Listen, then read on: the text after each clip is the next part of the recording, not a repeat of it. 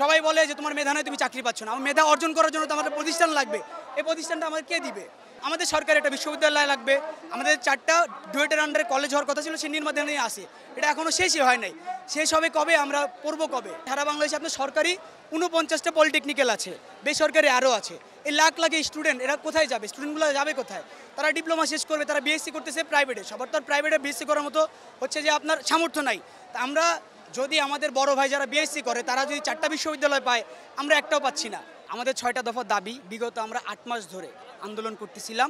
আমাদের আন্দোলন ছিল আমাদের ক্যাম্পাস টু সচিবালয়, মানে আমরা প্রতিনিয়ত দফায় দফায় আমরা হচ্ছে সচিবালয়ে আমাদের চিঠি পাঠিয়েছি, নোটিশ পাঠিয়েছি। আমাদের বড় বড় ঊর্ধ্বতম কর্মকর্তা যারা ছিল তাদের সাথে আমরা বসতে চেয়েছি যে স্যার আসেন, আমাদের এই সেক্টরগুলোতে দরকার সংশোধনের, আপনারা সংশোধন করেন, আমরা এই সেক্টরগুলোতে সংশোধন নাই।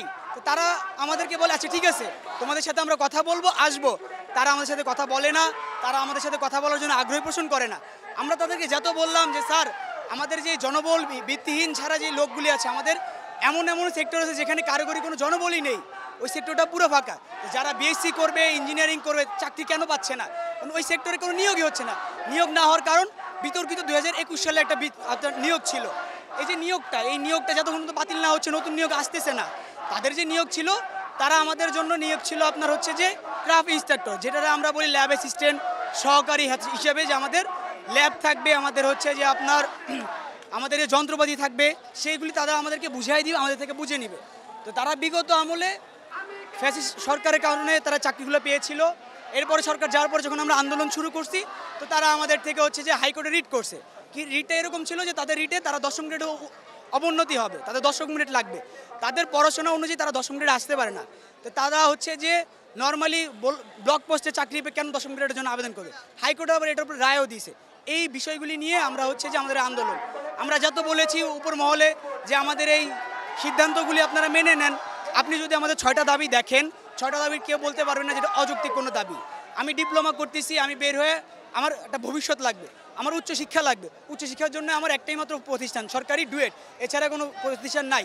তো বাংলাদেশে, সারা বাংলাদেশে আপনার সরকারি 49টা পলিটেকনিক্যাল আছে, বেসরকারি আরও আছে।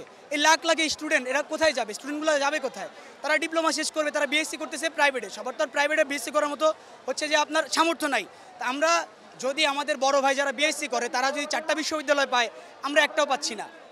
আমাদের তো একটা দরকার অন্তত, তো আমাদের একটা বিশ্ববিদ্যালয় নাই। তা আমরা কি এখানে কোনো অযৌক্তিক দাবি করতেছি? আমাদের সরকার একটা বিশ্ববিদ্যালয় লাগবে। আমাদের 4টা ডুয়েটের আন্ডারে কলেজ হওয়ার কথা ছিল, সে নির্মাণাধীনে আসে। এটা এখনও শেষই হয় নাই। শেষ হবে কবে? আমরা পড়বো কবে? কেন আমাদের দেশে চাকরির সংকট? আমরা পড়তে পারছি না, আমরা জ্ঞান অর্জন করতে পারছি না, আমরা মেধার জন্য আমরা চাকরি পাচ্ছি না। সবাই বলে যে তোমার মেধা নয়, তুমি চাকরি পাচ্ছ না। আমার মেধা অর্জন করার জন্য তো আমাদের প্রতিষ্ঠান লাগবে। এই প্রতিষ্ঠানটা আমাদের কে দিবে? সরকার দিচ্ছে না। আমাদের যে আন্দোলন, আমরা প্রতিনিয়তই চেষ্টা করতেছি যে আমাদের সাথে তাদের একটা বৈঠক হোক, আমাদের কথা শুনুক, তাদের কথা শোনাক, আমাদের একটা রায় দেখ। আমরা রায়ই পাচ্ছি না। আমরা শুধু শুনে যাচ্ছি, তোমরা আসো, আমরা বসবো।